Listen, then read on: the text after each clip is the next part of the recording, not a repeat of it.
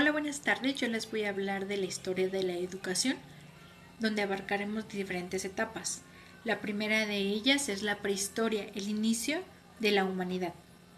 Aquí son los primeros homínidos, que son pequeños grupos nómadas que no tenían educación, seguido por el paleolítico. El paleolítico siguen siendo nómadas que se transportaban de un lugar a otro buscando a lo mejor su alimento, cuevas para refugiarse. Ellos se dedicaban a la caza, a la pesca y a la recolección de frutos. Ellos tienen, empiezan un arte rupestre en las piedras, como a lo mejor lo hemos visto en documentales o alguna película. Empiezan mucho los cambios climáticos y ellos desarrollan herramientas sencillas con la piedra.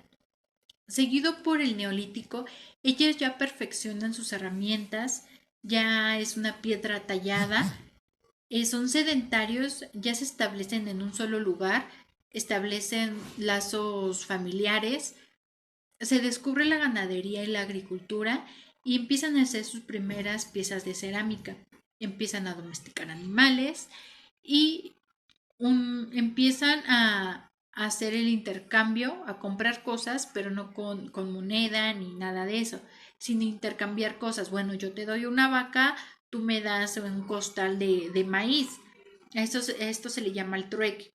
En las primeras civilizaciones tenemos a Mesopotamia. Mesopotamia es muy importante porque se desarrolla aquí la escritura y los textos literarios.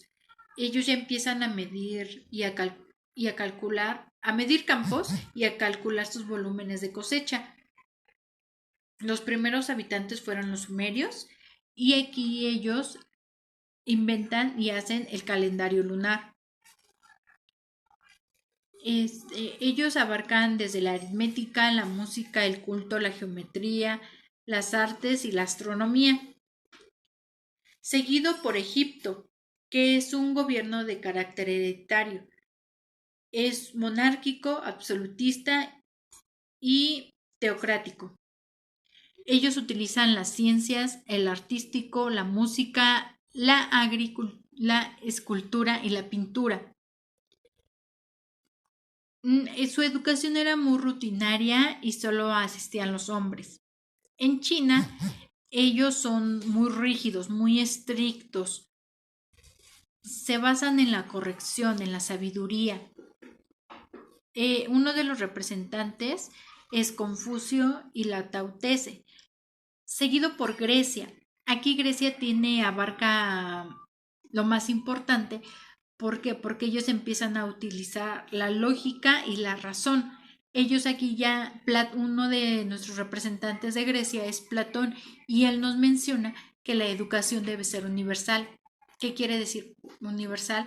Para niños y para niñas. Recordemos que las anteriores civilizaciones solo podían estudiar hombres y aquí Platón dice no, ¿saben qué? También pueden estudiar las mujeres, que son las niñas y los niños, y aquí implementa la didáctica que a través del juego.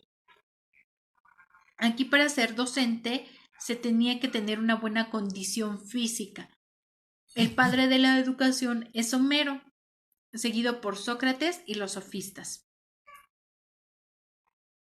Continuamos con Roma. Aquí en Roma se les conoce porque eran de un carácter militarizado.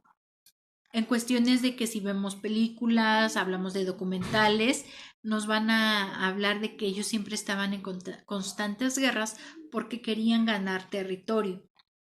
Aquí, Roma es de una organización política tripartita y su educación se basa según la clase social. Aparecen los primeros manuales, los símbolos en el abecedario y los esclavos aprendían oficios. Sus principales representantes de Roma, Séneca y Quintalinio. Aquí durante la caída de Roma, que es en el año 476 después de Cristo, surge la Edad Media. Algunas características de la Edad Media es que Se organiza el feudalismo, el mestizaje cultural, monoteísta y la escolástica, que era la sabiduría, la fe y la razón, pero ante todo la razón. Aquí en la Edad Media les da mucha importancia a la iglesia, a Dios, a que si llovía era porque Dios así lo quiso, si alguien era muy inteligente era porque Dios así lo quiso y era de una, de una trascendencia espiritual, esa sabiduría. Su visión era santificadora ante la fe, por lo mismo que hace rato les mencionaba. Sus principales representantes eran San Agustín y Santo Tomás. Ellos tenían una aspiración a la imitación de Cristo. ¿A qué se refiere esto? A que querían ser igual que Él. Su texto fundamental fue la Biblia. Las vamos a separar por dos periodos, que es la Edad Media Alta, que es donde desaparece el Imperio Romano. Aquí empiezan ellos a producir alimento y es su detonante económico. Aquí los guerreros y las tribus se conforman. En la Edad Media Baja es un duelo entre los caballerescos y los burgueses. San Benito es un representante de la Edad Media Baja y es un religioso grecorromano. Empiezan las escuelas eclesiásticas. Terminamos con la Edad Media, que la Edad Media Alta, la primera que les estaba mencionando, abarca del siglo V al siglo X, la Edad Media Baja del siglo X al siglo XV, y empieza el humanismo. El humanismo, una de las características es que tiende a que se basa en las necesidades de los humanos, que aquí ya es un nuevo surgimiento de ideas y empieza una separación de la iglesia y la política. Surgen bibliotecas públicas, rechazan definitivamente la escolástica y transforman la educación en un pensamiento y en las artes. La educación elitista y la aristocrática prevalecen. Se impartían clases de virtud pública y privada, historia, gramática, literatura, poesía, técnica, retórica y filosofía moral. Terminamos con humanismo y sigue la reforma y contrarreforma. ¿A qué nos referimos a esto? Reforma, uno de sus representantes de la reforma protestante es Agustín Lutero. Agustín Lutero menciona que la educación debe ser universal y queda en manos del Estado, que los niños deben de estudiar, tanto niños y niñas, y que garantizan una formación, esto para garantizar la formación a un futuro. Se crean escuelas con fondos públicos para que fueran gratuitas y la educación es a trabajadores y a ricos. Felipe Melanchthon crea estilos clásicos, retoma los estilos clásicos que ya tenían desde Roma, Edad Media, Grecia.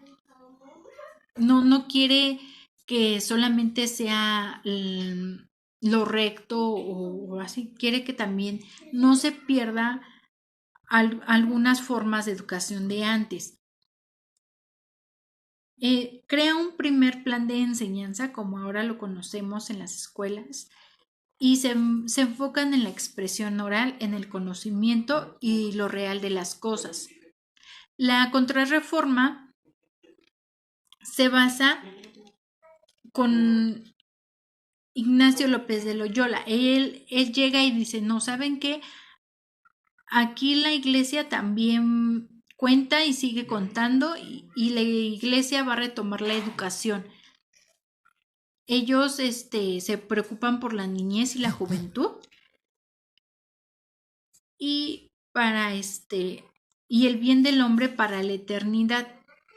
se sigue enseñando la educación a través de la Biblia, de Dios, y Ignacio fue un fundador, el principal fundador de los jesuitas.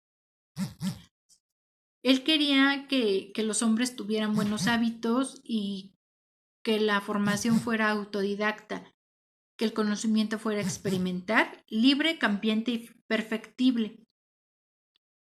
Terminamos con la ilustración. Bueno, ¿qué nos referimos a ilustración? Si bien la conocemos como el siglo de las luces. ¿Por qué? Porque es una nueva idea.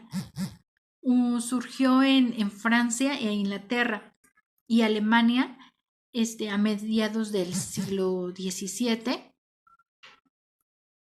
Aquí era para combatir la ignorancia y el fanatismo a lo religioso. Ya no querían que todos fuera el centro, la iglesia fuera el centro de la educación. Quería que ellos retomaran más allá a una revolución científica. Sus principales autores dentro del siglo de las luces es Galileo Galilei, Pascal, Leibniz y Isaac Newton. Terminamos el siglo de las luces y empezamos con edad contemporánea. ¿A qué nos referimos? A lo que estamos viviendo ahora en día, con esta educación que nos trae un nuevo sistema de enseñanza, de autodidacta, de enseñar a los niños no solamente ten un libro y explícamelo o a través de la memorización como antes. No, al niño ya se le da una facilidad de que él piense y analice y a través de su propio conocimiento, que tenga la duda.